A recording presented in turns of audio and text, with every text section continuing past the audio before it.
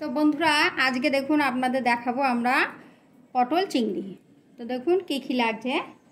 চিংড়ি মাছ, ধনেপাতা, পটলের ভেতরের দানাগুলো, টমেটো, পেঁয়াজ, আদা বাটা, কাঁচা লঙ্কার পটল।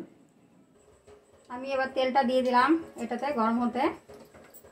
পটলটাকে একটু ভেজে নেব।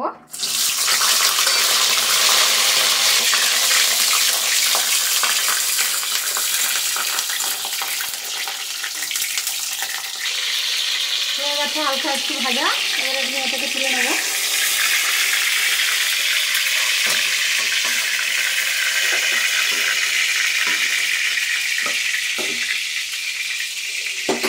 পরিমাণ মতো নুন দেব, চিংড়ি মাছে পরিমাণ মতো হলুদ দেবো,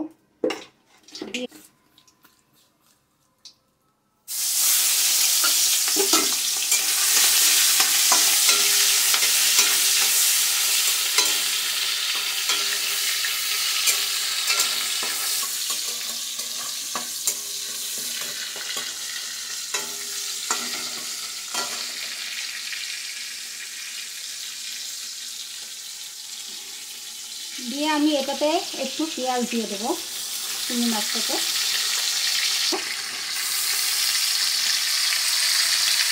কাঁচা লঙ্কা দিয়ে দেবো, পরিমাণ মতন একটুখানি নুন দিয়ে দেবো, পরিমাণ মতো হলুদ দিয়ে দেবো, একটু আদা বাটা দিয়ে দেবো, দিয়ে এটাকে ভালো করে নেড়ে দেবো। ভালো করে এটাকে নেড়ে কষিয়ে দিতে হবে যাতে এটা একটু ভালো নরম হয়ে যায়। তারপরে এটা তুলে নেওয়া হবে। আর একটু হবে, এটা একটুখানি জল দিয়ে দিচ্ছি আমি অল্প একটু।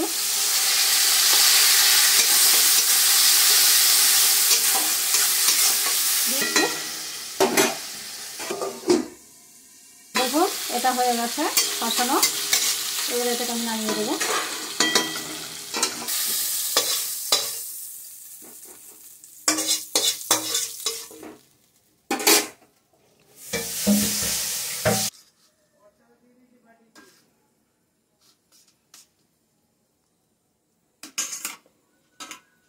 এবার আমি এগুলোকে এর মধ্যে এরকমভাবে ভরে ভরে দিয়ে দেবো। দেখে নিন পটলের মধ্যে।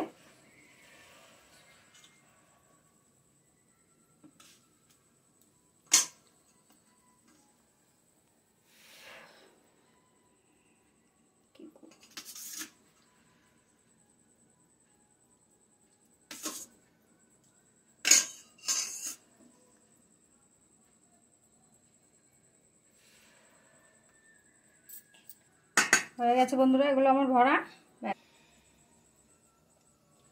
এবার আমি তেল দিয়ে দিলাম কড়াইতে, জিরে দিয়ে দেবো,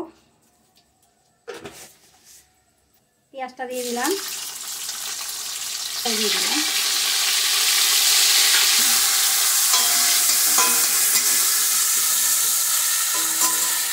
পটলের ভেতরে দানাটা এটা আমি দিয়ে দেবো, কাঁচা লঙ্কা দিয়ে দিলাম,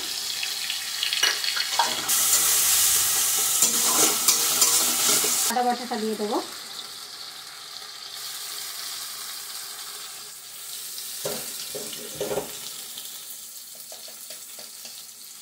পরিমাণ মতো নুন দিয়ে দিলাম, হলুদ দিয়ে দিলাম,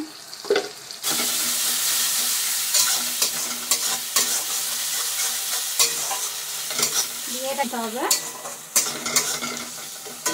একটু জল দেবো এটা কষানোর জন্য।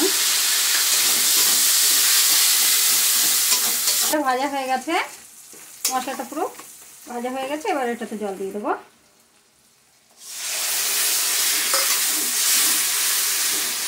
এবার আমি পটলগুলো ওর ভেতরে দিয়ে দেবো।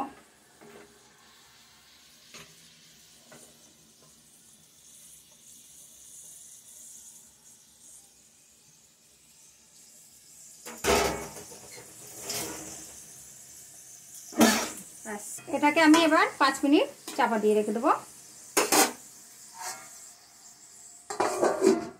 আমি এই ধনেপাতাটাকে দিয়ে দেবো।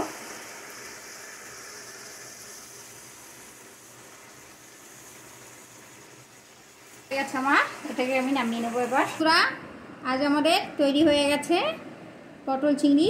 তো দেখুন, যদি আপনাদের ভালো লাগে তাহলে একটা লাইক করে দেবেন।